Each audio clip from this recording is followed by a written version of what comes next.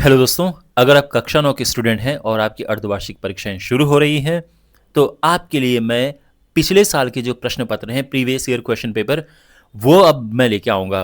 तो यहाँ पर मेरे सामने ये पिछले साल का क्वेश्चन पेपर है और ये आप देख सकते हैं, ये कंप्लीट क्वेश्चन पेपर है अर्धवार्षिक परीक्षा यानी हाफ ईयरली का। तो मैं अब इसे सॉल्व करूँगा और ऐसे अब आपके लिए काफ़ी सारे क्वेश्चन पेपर्स पिछले साल के आते रहेंगे और लास्ट टाइम पे ये सबसे ज़्यादा इंपॉर्टेंट चीज़ होती है जो आप कर सकते हैं तैयारी के लिए। अगर आप ये पेपर अच्छे से करते हैं तो बहुत अच्छे से आपकी तैयारी हो जाती है, पूरा बढ़िया रिवीजन हो जाता है। ओके, तो ये जो क्वेश्चन पेपर है आप जानते हैं इसमें 1 नंबर के क्वेश्चन होते हैं। पहले इसमें शुरू में ये बहुविकल्पीय प्रश्न होते हैं मल्टीपल चॉइस वाले, फिर इसके बाद छोटे छोटे क्वेश्चन होते हैं 1-1 नंबर वाले, फिर 2 नंबर के, फिर 4 नंबर, 5 नंबर, ये सब हैं। इस वीडियो में हम इसके सभी बहुविकल्पीय प्रश्न करेंगे और उसके बाद फिर अगले वीडियो में हम 1-1 नंबर वाले क्वेश्चन जो हैं उनको कवर करेंगे। फिर उसके बाद जो अगला वीडियो है उसमें 2-2 नंबर के क्वेश्चन सॉल्व करेंगे, फिर 4-4 नंबर वाले और फिर 5-5 नंबर वाले। और इन सभी वीडियोस के लिंक आपको नीचे डिस्क्रिप्शन बॉक्स में मिल जाएंगे, कमेंट बॉक्स में भी आपको मिल जाएंगे। तो शुरू करते हैं। तो पहला प्रश्न आपके सामने ये है और मैंने यहाँ पे ये पेपर भी ले लिया है, तो जब ज़रूरत पड़ेगी तो हम इसमें करेंगे। पहला क्वेश्चन है कि निम्नलिखित में परमेय संख्या है, तो इनमें परमेय संख्या कौन सी है? जिन संख्याओं को रूट पूरा पूरा आ जाता है वो परमेय होती है, जिनका पूरा नहीं आ पाता है वो अपरमेय संख्याएं हो जाती हैं। अगर हम यहाँ पे देखें तो इसका रूट पूरा आ रहा है क्योंकि रूट 25 होता है 5, तो ये है परमेय संख्या। ये परमेय नहीं है क्योंकि इसका रूट पूरा नहीं आता है, ये परमेय नहीं है और पाई तो अपरमेय है ही। ओके, तो ये तीनों अपरमेय संख्या हैं, केवल ये एक परमेय संख्या है। तो ये पहला क्वेश्चन हो चुका है। दूसरा है, हमने इसका मान बताना है कि इसकी वैल्यू क्या होगी। तो यहाँ पर देखो 2 की घात है 2/3 और इसका गुणा हो रखा है, ये गुणा है 2 की घात 1/3 से। तो जब भी हम गुणा करते हैं और इनका जो आधार है एक जैसा होता है, तो जो इनकी घातें होती हैं जुड़ जाती हैं। तो यहाँ पर ये घातें जुड़ जाएंगी, ये हो जाएगा 2 की घात, ये आ जाएगा 2 और 1 3, 3/3, 3 से 3 कट जाएगा और 2 की घात 1 यानी ये 2 आ जाएगा। ठीक है, तो ये है थर्ड ऑप्शन करेक्ट है। ओके, फिर ये है तीसरा, किसी रैखिक बहुपद की घात होती है। देखो रैखिक बहुपद की घात होती है 1, तो इसका सेकंड ऑप्शन करेक्ट है। ऐसा क्यों है मैं बताता हूँ। रैखिक बहुपद होता है जैसे x + y = 10 इस तरह से है, या x = 6 है, जैसे ये हैं। तो ये जो चर इसमें होते हैं इनकी घातें 1 होती है, जैसे आप देख सकते हैं इसकी घात 1 है, इसकी घात 1 है, इसकी घात 1 है, तो ये रैखिक बहुपद है। अगर हम इसकी घात को 2 कर दें जैसे मान लो, तो फिर ये रैखिक नहीं रहता है। ठीक, तो रैखिक बहुपद की घात 1 होती है। अब ये है, यदि किसी बिंदु का y निर्देशांक 0 हो तो वह बिंदु स्थित होगा। देखो y निर्देशांक 0 होता है x अक्ष पर, यानी इसका सेकंड ऑप्शन करेक्ट है।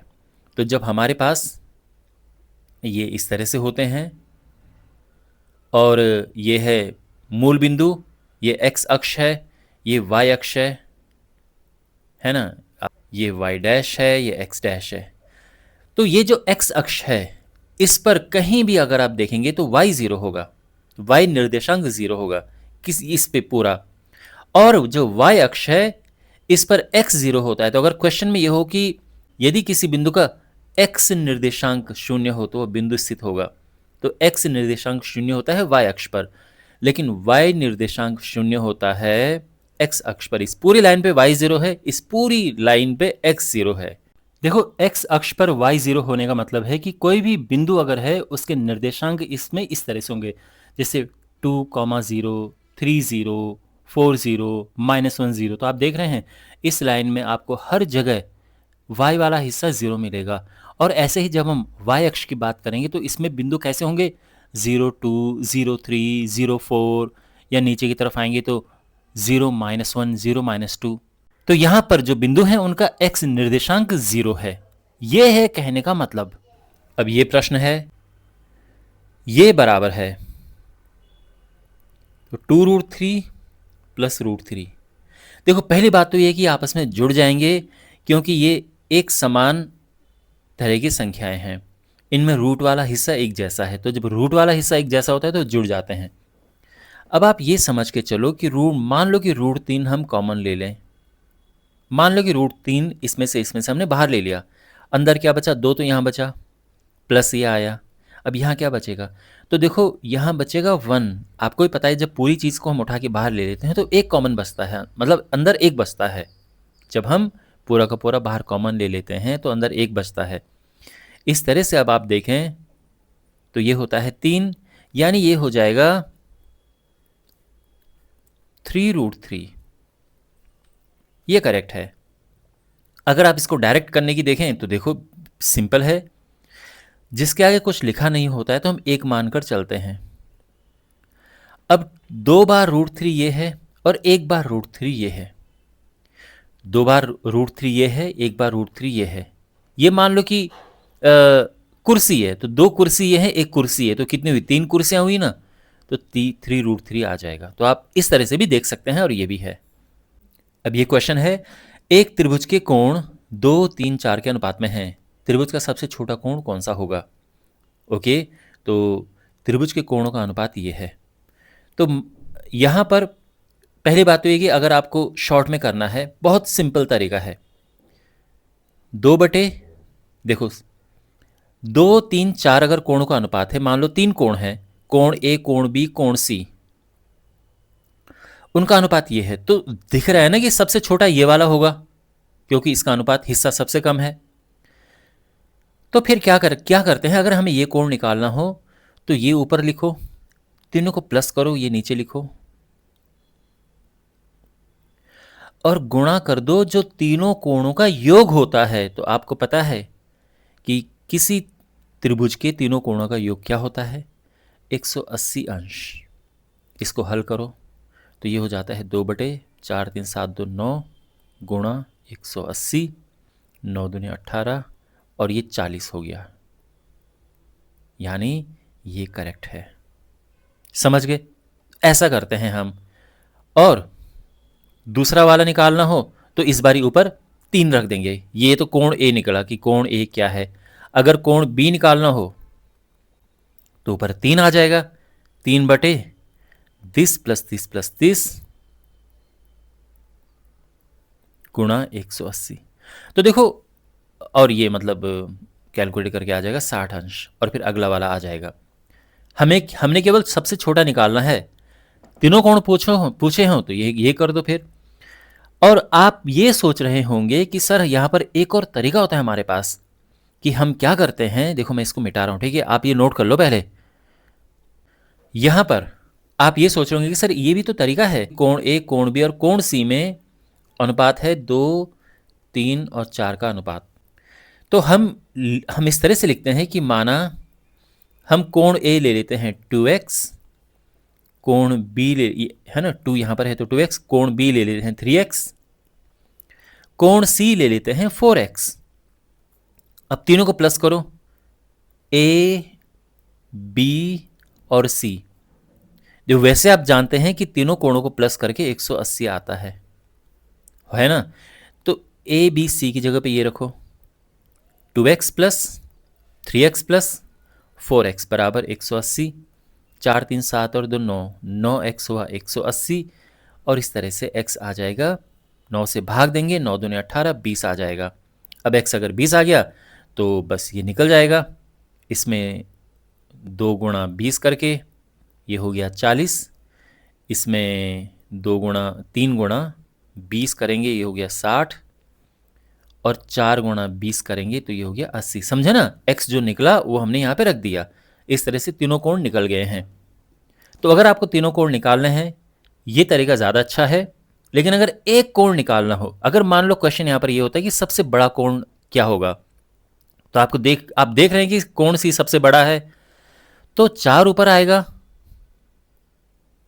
बटे इन तीनों का योग नीचे क्या है, 2 प्लस 3 प्लस 4, और तीनों का योग क्या होता है, ए बी सी का योग, यानी त्रिभुज के तीनों कोणों का योग 180 होता है ना। तो ये हो जाएगा 4 बटे 4, 3, 7, 2, 9, ये कटा 20 आया और 20 चौको 80, 80 अंश ये आ जाता अगर सबसे बड़ा कोण पूछा होता। मेरे कहने का मतलब है कि अगर सबसे बड़ा कोण पूछा हो या सबसे छोटा कोई एक कोण पूछा हो तो ये तरीका इस समय ये बचाता है। और अगर तीनों कोण पूछे हों तो ये ज़्यादा सही तरीका लगता है। बाकी आई एम श्योर आपको दोनों ही आ गए होंगे कि कैसे करें। तो ये क्वेश्चन भी कंप्लीट हो चुका है। अब ये क्वेश्चन है कि x बराबर 5 और y बराबर 2 इनमें से किस समीकरण का हल है।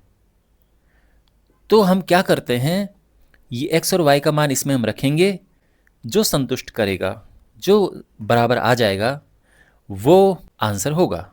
तो अगर हम पहला वाला देखें, ठीक है, जल्दी जल्दी अगर आप पुट करना चाहें तो कर सकते हैं। पहले वाले में 5 यहाँ पे रखो, प्लस देखो x 5 है, y 2 है, तो ये हुआ 5 + 4, 5 4 9 हुआ, और ये 7 है तो ये तो नहीं है। यहाँ करो 2 गुणा x 5 है प्लस y 2 है, ये हुआ 10 + 2, ये हुआ 12। यस, ये हो रहा है, ऑप्शन सेकंड वाला करेक्ट है। तो हम ऐसे ही करेंगे, ठीक है, पुट करके। तो प्रॉपर तरीका जो इसका करने का है वो ये है कि हम अगर मान लो कि क्वेश्चन में ये हो, केवल ये ऑप्शन में ना हो, और ये पूछा हो कि क्या ये इसका हल है या नहीं है, मान लो कि ये पूछा जाए कि इसका हल है या नहीं है, तो हम क्या करते हैं, सबसे पहले कि 2x + y बराबर हम 12 रखते हैं। अब हम ये करेंगे कि x बराबर 5 और y बराबर 2 रखने पर, तो यहाँ पर ही हम रखेंगे। तो यहाँ पर अगर हम ये देखें कि बाएं पक्ष क्या है, जो लेफ्ट हैंड साइड है वो क्या है,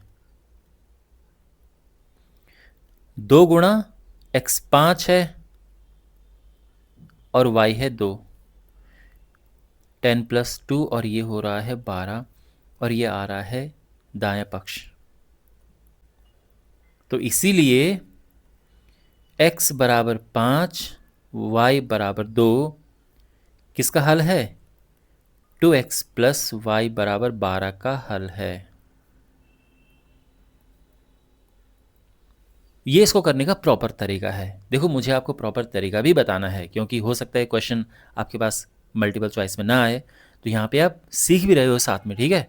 और अब हमारे पास ये क्वेश्चन है, अथर्ववेद में दिए श्री यंत्र में एक दूसरे के साथ जुड़े अंतर्निहित समद्विबाहु त्रिभुजों की संख्या है। अथर्ववेद में दिया गया जो श्री यंत्र है उसमें कितने अंतर्निहित समद्विबाहु त्रिभुज हैं।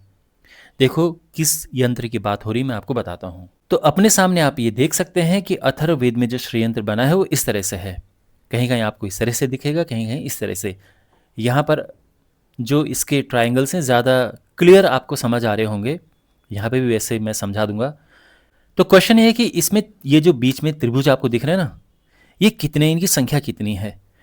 तो अगर हम छोटे छोटे देखें तो छोटे छोटे तो बहुत सारे हो रहे हैं, छोटे छोटे पूरे 43 हैं, 43, लेकिन वैसे ये 9 हैं, तो इसका उत्तर तो है 9। अब किस तरह से है ये, तो यहाँ पे 4 त्रिभुज तो हैं ऊपर की तरफ पॉइंट करते हुए अपवर्ड, और 5 नीचे की तरफ पॉइंट करके हैं।